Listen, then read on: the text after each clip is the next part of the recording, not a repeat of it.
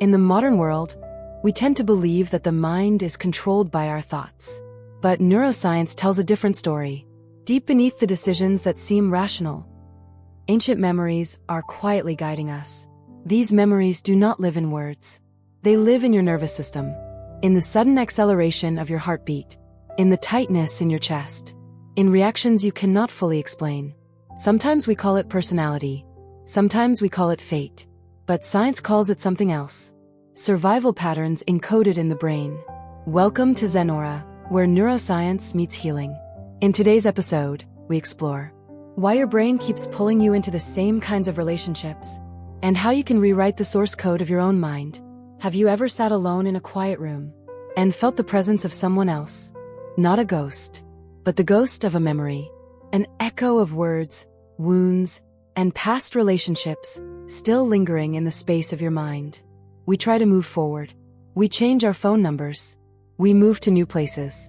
We search for new faces. And yet, somehow, we end up with the same type of person, repeating the same mistakes, feeling the same familiar pain.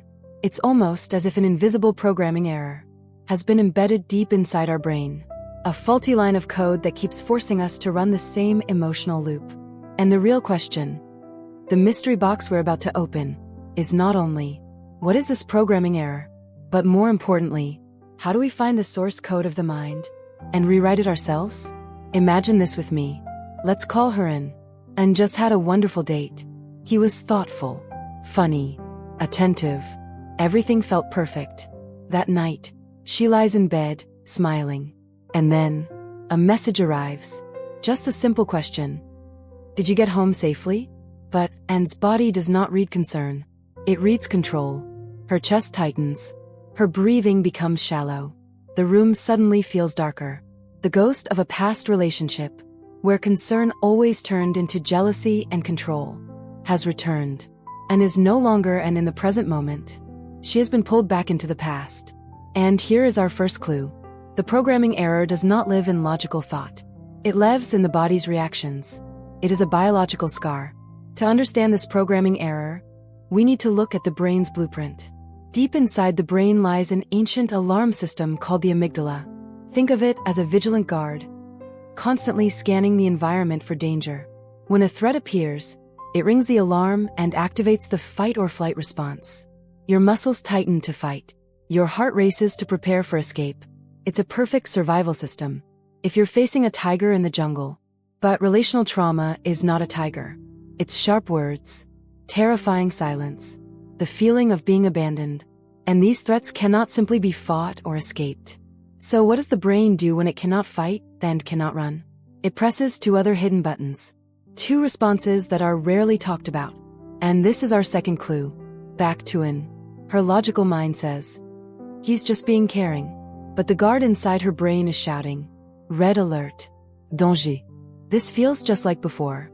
And a whole drama begins to unfold. Suspicion. She reads the message 10 times. Did you get home safely? Why does he need to ask that? Does he not trust me? Memories flood in. Her ex used to ask the same questions, and every conversation ended in endless arguments. So Anne responds defensively, yes. I'm fine. Short. Cold. In that moment, she builds a wall. She is reacting to a ghost, not to the man in front of her. And the loop begins again. The programming error becomes an invisible director, forcing us to perform the same tragic role again and again. Now let's pause in story for a moment. I want you to do something with me. Whether you're driving, walking, or sitting quietly, bring your attention to your body right now. Are your shoulders tense? Let them soften. Are your teeth clenched? Relax your jaw. And your breath. Is it shallow or deep? The body never lies. It is where all trauma data is stored. It is the compass that tells us when the inner guard has taken control. Reprogramming the mind does not begin with changing thoughts. It begins with listening to the body. And this is our most important clue. Remember the two hidden buttons? When the brain cannot fight or flee, it activates one of the other responses. The first is freeze. You feel numb, empty, unable to think or speak. You just want to disappear. Your body shuts down to protect you from pain that feels unbearable. The second response is the one Anne unconsciously chose. Fawn. This is when you try to please the person who might hurt you. You abandon your own needs. You agree to things you don't want. You become nice in a desperate attempt to stay safe. So now the mystery box is open. The programming error is not really an error. It is an outdated survival strategy. A freeze or fawn response. That once protected you in the past, but is now damaging your present, and was not being rude to attack.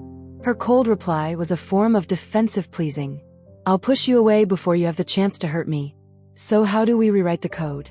We don't delete it. We don't fight it. We befriend it. Imagine the guard inside you. It isn't your enemy.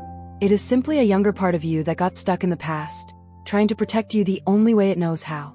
The first step in reprogramming is this. When you feel your chest tighten, when your breath becomes shallow, pause. Place your hand on your heart, and gently say to that inner guard, "Thank you for trying to protect me. I see you. But right now here, in this moment, I am safe. The battle is over. You can rest now." This is not just a comforting sentence. It sends a direct signal of safety to your nervous system. You are telling your body, the danger has passed. Besides this inner dialogue, there are two powerful tools you can use immediately. The first is grounding.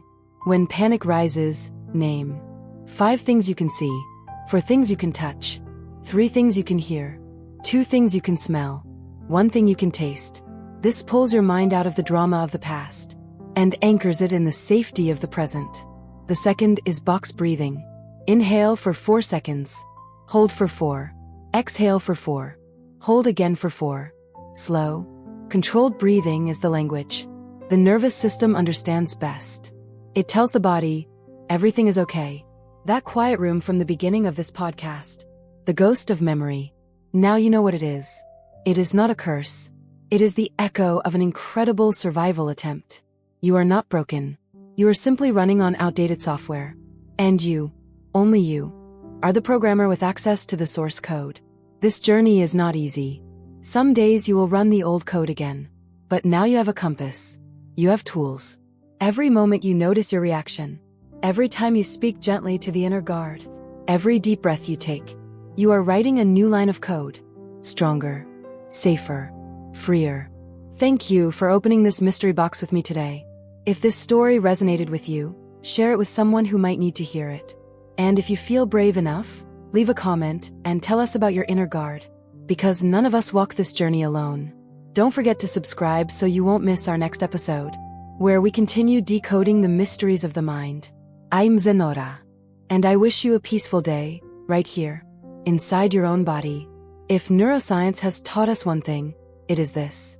The brain is not a fixed machine. It is a system that can be rewired. The reactions that once helped you survive the past do not have to control your future.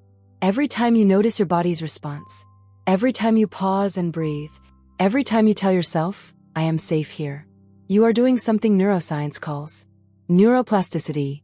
You are writing a new line of code into your nervous system. A line of safety. A line of freedom. If this video helped you understand your mind a little more clearly, share it with someone else on their healing journey. And if you want to keep exploring the mysteries of the brain and human emotion, subscribe to Zenora. Because sometimes, understanding your brain is the first step toward coming home to your body. Have a peaceful day. And before we leave, take a few slow moments for yourself. There's nothing you need to change right now. Nothing you need to fix. Just be here. If you can, gently close your eyes. Let your shoulders soften a little. Allow your jaw to unclench. And give your body permission to rest from being on guard for so long. Take a slow breath in, and a gentle breath out. Once again, breathe in peace. And breathe out all the tension you've been carrying today. Now, imagine there is a quiet room inside of you. A place without judgment. Without the pressure to be strong. Without anyone demanding that you become someone else. There is only you, and the sound of your breathing. If old memories begin to appear, don't push them away. See them as tired children trying to find their way home. And softly say to yourself, I see you. Thank you for trying to protect me. But now, we are safe. Let those words travel down your throat, into your chest, into your tired heart. You do not need to heal everything in one night. The nervous system did not learn fear in a single day, and it will relearn safety through small moments, one at a time. Every deep breath is a signal of peace. Every moment you stay with yourself, instead of running away, is a new line of code being written into your nervous system. And right now, in this very moment, there is nothing you need to prove. You are allowed to rest. You are allowed to be soft. You are allowed to feel safe inside your own body. Take one final deep breath in, and slowly let it go. When you are ready, gently open your eyes. Carry this small feeling of peace back into the world with you. And remember, the brain can learn safety again. The heart can learn trust again. And you are not lost. You are simply finding your way back to yourself.